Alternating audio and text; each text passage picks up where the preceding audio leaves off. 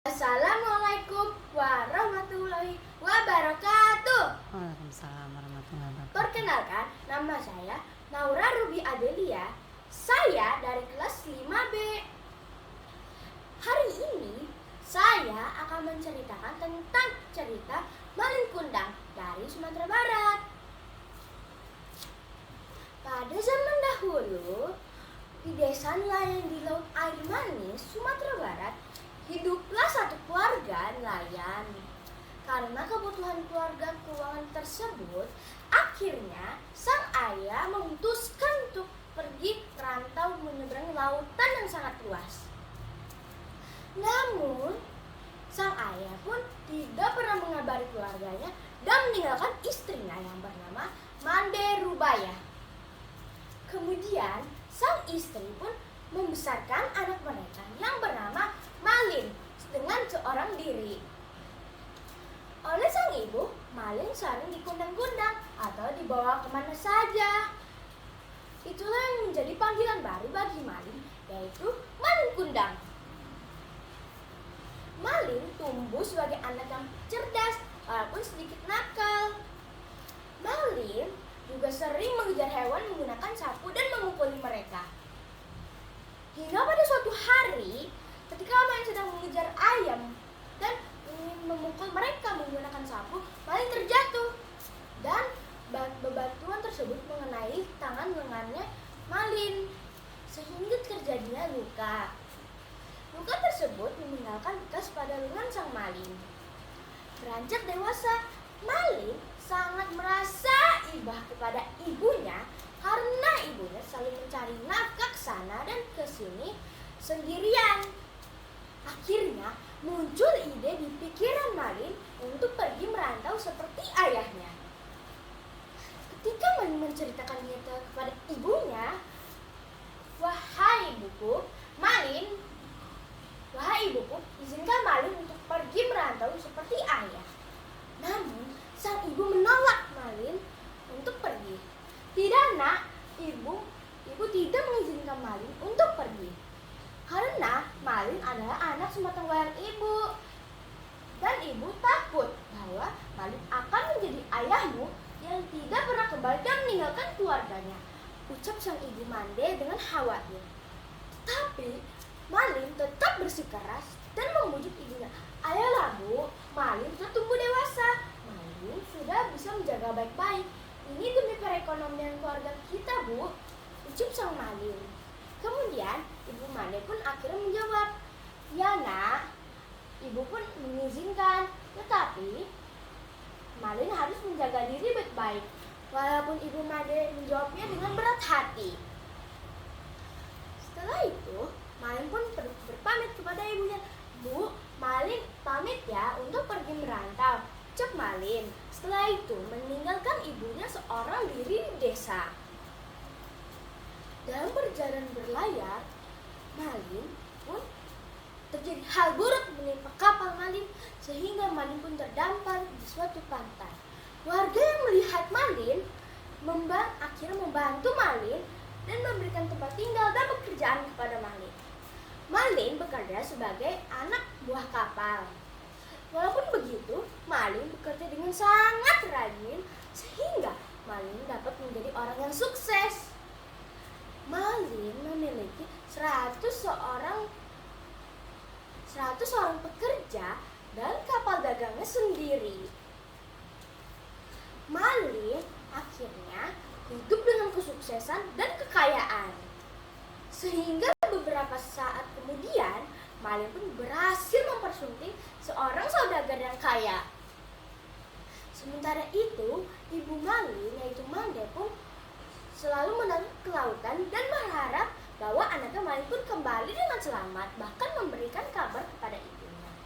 Setiap ada kapal yang bersandar di pulau tersebut, ibu Mande pun selalu bertanya kepada nahkoda dan awak kapalnya, "Wahai nahkoda dan awak kapalnya, apakah kalian mendapat titipan atau kabar dari anakku Malin?"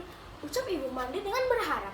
Namun, awak kapal dan nahkodanya menjawab, "Wahai ibu Mande, kami sangat meminta maaf bahwa kami tidak mendapat titipan apapun dari anak ibu yaitu Malin. Mendengar hal tersebut, Ibu Made pun sangat sedih, bahkan sering merenung. Hingga pada suatu hari, ketika Malin besar dengan istrinya dan anak buah kapalnya ingin berlayar ke suatu pulau. Ketika sudah berlayar ke suatu pulau, tanpa Malin sadari, itu ada pulau halaman kampungnya. Warga-warga yang melihat kapal yang sangat besar dan megah, akhirnya satu persatu berdatangan, termasuk Ibu Mande, untuk menyambut kapal besar tersebut. Terlihat pemuda dan pemudi yang berdiri di anjungan kapal mengenakan pakaian yang megah dan mewah. Ibu Mande yang melihat pemuda itu terkejut bahwa pemuda itu mirip sekali anaknya, yaitu Malin. Ibu Mande bergegas menghampiri pemuda tersebut dan melihat bahwa tangannya memiliki bekas luka pada lengan kanannya. Hingga Ibu Malin pun cukup meyakini bahwa pemuda itu adalah anaknya Malin. Ibu Mande pun bergegas dan memeluk sambil memanggil namanya dan menanyakan kabarnya. "Malin, bagaimana kabarmu, Nak? Apakah kabarmu baik?" ucap sang Ibu Mande dengan senang. Namun istri Malin yang berdiri di samping Malin terkejut melihat wanita yang berpakaian compang-camping memeluk suaminya. Istrinya pun bertanya, "Wahai suamiku, siapakah wanita tua ini?" ucap sang istri. Maklum, karena sebelumnya Malin pun berbohong kepada istrinya bahwa kedua orang tuanya adalah bangsawan yang sangat kaya yang sudah meninggal. Karena malu, Malin pun mendorong dan berkata kasar kepada ibunya sendiri. "Tidak, dia bukan ibuku. Ibuku adalah seorang bangsawan yang kaya. Sedangkan wanita tua ini hanyalah wanita yang kotor dan miskin," ucap Malin dengan tegas. Karena mendengar perkataan tersebut, Ibu Mande pun terkejut sampai pingsan. Setelah itu, Malin menyuruh istrinya dan anak buah kapalnya untuk bergegas kembali ke kapal untuk berlayar ke suatu pulau yang lainnya.